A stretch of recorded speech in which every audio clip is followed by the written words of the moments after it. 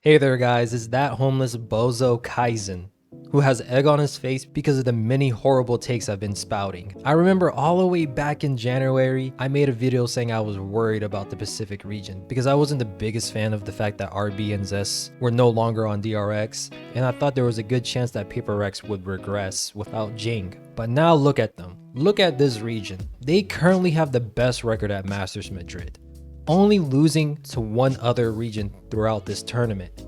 And it's probably not the one that you would think. Yeah, China.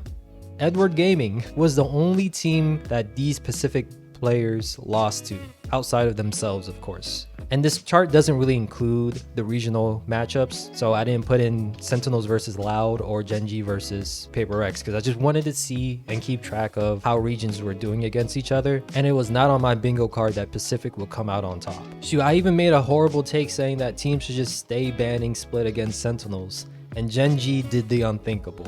And not only beat Sentinels on Split, but low-key manhandled them in the process. And we do have to give Genji credit for that beatdown. From the very beginning, they did a good job of getting Sentinels to move to where they wanted them to go. Just like how they did in the Pacific kickoff tournaments. And we saw this on round 1 where they made noise on B site and then just cut noise for a while. With 50 seconds left on the clock, Meteor and Lakia started to make a commotion on A site, which got Sentinels to move and in turn gave Genji free real estate to walk on to B. This happened a couple of times throughout the map, where Genji were just able to get Sentinels to move exactly where they wanted. It felt like Sen were getting outcalled and read like a book during Split. And when you tie in the fact that they weren't able to convert a lot of their retakes, it's no wonder why Genji just looked that much better. They did adjust well on round 8, where they didn't bite on Genji's map manipulation. I did say in the last video that it would take a team to play nearly perfect Valorant, or Sentinels to be asleep at the wheel. This game was a little bit of both, but it was more of Genji playing very good Valorant versus Sentinels making mistakes in my opinion. Like on round 13 where John did pretty well playing patiently and getting a pick in the process. Towards the screens, they'll never expect him to be in this corner. And the steps heard on the rotation back.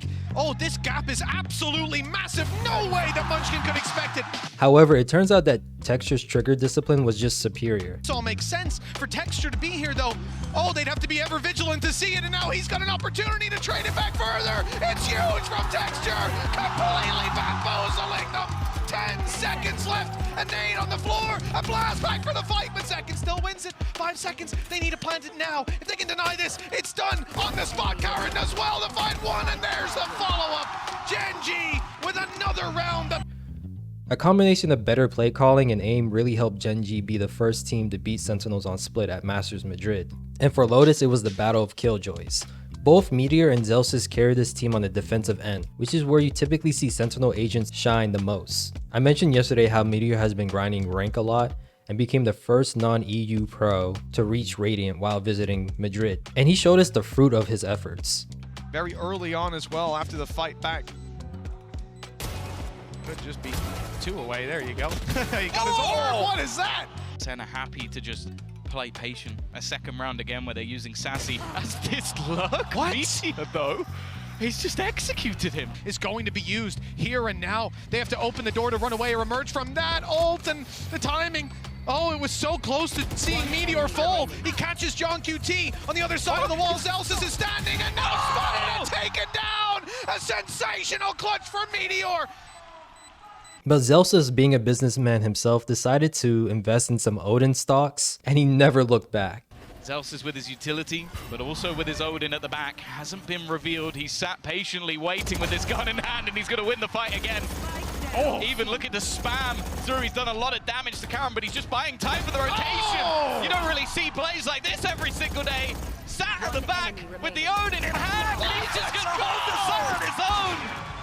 Again, another 4K comes out for the... They're running for the hills as Zelsa steps forward. He'll catch Lakia, setting them up to close this out with Munchkin falling.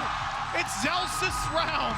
Lotus truly felt like a complete 180 to Split, where both teams were shooting back and giving us highlights on top of highlights. Brave sticking around on that angle to look for a fight. His teammates miles away. If he goes down, the save call might be made. No, but he doesn't go down. In fact, he sends them skyrocketing into this round with Sassy alone. Maybe in the back of his line. They're split on the angle and Sassy isolates one. The second right into his crosshair, matching that of Meteor for a Red Bull clutch. I noticed that Zekin was a lot more aggressive and had success entering site as well. This is definitely a risk, a gamble. But we know they can pull it off! A little bit of a Bucky play to kick off the round. He's sticking around. That nade actually landed perfectly. And now the showstopper comes through. It doesn't find the kill though! A battle in the air! And Zekin takes it! The site now under threat with Karen responding. Which I can't say the same about Breeze. And for whatever reason, most games that have been played on this map have been hard to watch. And I'm guessing if you're a diehard Sentinels fan, this match must have been torture for you too. I think a good chunk of people knew that Gen G were favored on Breeze, but I was surprised how bad the difference was. It didn't feel like Sentinels were working the map at all that much, and in the beginning they were just 5-man rushing sites, which I think isn't the best plan of attack. Gen G didn't have a Sentinel and the boys in red rarely were able to take advantage of that. When Loud played Gen G, you could see them constantly walking up halls, as well as working the map and the clock. This is something that I saw NRG do with great success against Furia too, during the America's kickoff tournament. I do have to give credit to Gen G for playing this comp though. Astra makes sense since she does have global presence, and as we know, Yoru can travel pretty large distances with his gate crash. However, in my opinion, I think Sentinels should have tried to abuse the holes in Gen G's defense similar to how Loud were able to. I usually say that they need to experiment on this map by maybe having 10s on Yoru and let Zekin play whatever else. Since in my opinion, 10s doesn't look all that great on KO, and we can see performances dips from time to time when Zekin is on Jet. However, team comps don't really matter if your strategies are weak. I really hope they have a better plan for Breeze in the future, or at least hopefully their ascent is better. Next we have Loud and Paper X, who are a pair of teams that have a similar story. Both were regional winners last season, lost their star duelists, and are willing to try out new comps that no one is copying at the moment. The first map was on Ascent, which Loud has lost to the likes of Evil Geniuses and Gen G so far this 2024, both for different reasons. Evil Geniuses were able to anti-strike them to death with the help of double Odins, basically making the choke points hard for them to get past, as well as an aggressive operator playstyle led by Jagamo. And for Gen G's case, they lost to them because, well, first, they're a pretty good team on Ascent, and second, I think they tried a little bit too hard to fit Yoru in on such short notice. I think he might be a better flash duelist than Phoenix because he can at least dive onto site, but I don't think you can just plug and play an agent like Yoru if the person using him doesn't have a lot of tricks in their bag with him. And overall, in my opinion, Loud did look better with Phoenix. But that didn't stop Paper X from jumping to an early lead because of the help of Forsaken, Divine, and Something lighting it up. But like I mentioned, QCK looked a lot better on Phoenix and was able to get Loud on the board with ability usage that you can tell that he was a lot more comfortable with. In the smoke, flash around the corner, but it's an empty site. Fully evacuated. Wall up. This is cheeky. Divine now has to get a move on, pushing forwards. QCK half on the board, finds the first kill. 1 versus 1. Can he win it? It's a gamble. Has he got it? Time just about. And that's from that half he got prior. Holy.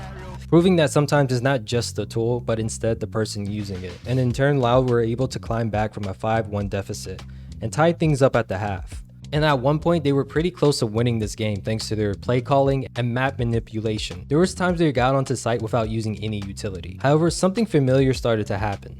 Remember when I said Jagamo's aggressive playstyle was part of the reasons why Loud lost to EG? Well, this time it was Ilya's turn as the Gecko Opper. Exact opposite side of the map. He's so aggressive with the op. No! Just takes it to him.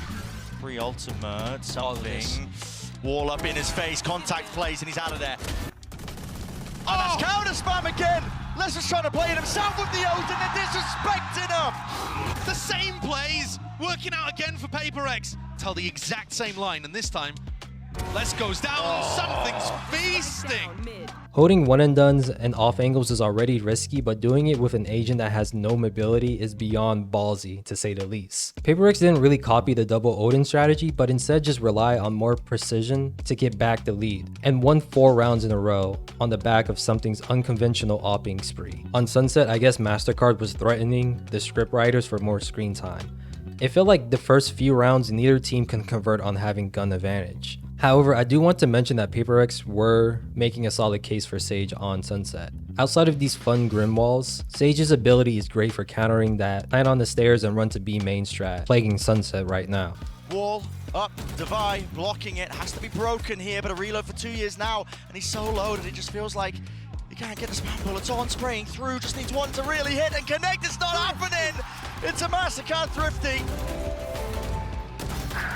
This was a 1v2, so Divine walling like this is okay, but I think rotating it by like 90 degrees would help a lot when you're facing 2 or more people spamming B main. And by round 9, we saw a lot of goofy plays happen, which made me think, is this really an elimination game right now? Doubled up in the high-low, but no casualties or kills yet. Divide, he's making a go of it, he's making a mess of it. It's KDAWIN who puts him to rest. Yeah, the Mosh got a kill, and Sadak's just sticking the orb right in the middle of all of these guys' faces. KDAWIN, oh no.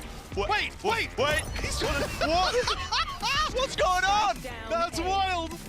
Just hoping that he would find another player involved. KDAWIN sprays down too, but something gets the response. It feels whenever I watch Paper X, I can expect some comedic relief somewhere somehow. I don't know how they do it, but we love them for it nonetheless. And during round 17, Mindfreak gave me some like Hiko Icebox flashbacks with this clutch. Tried to TP to evacuate and escape the Aya, still aftershock. Plenty of util left. Where that come from? Mindfreak. 2 on the table now, 2 left to go. Dropping down, knows they're not on it.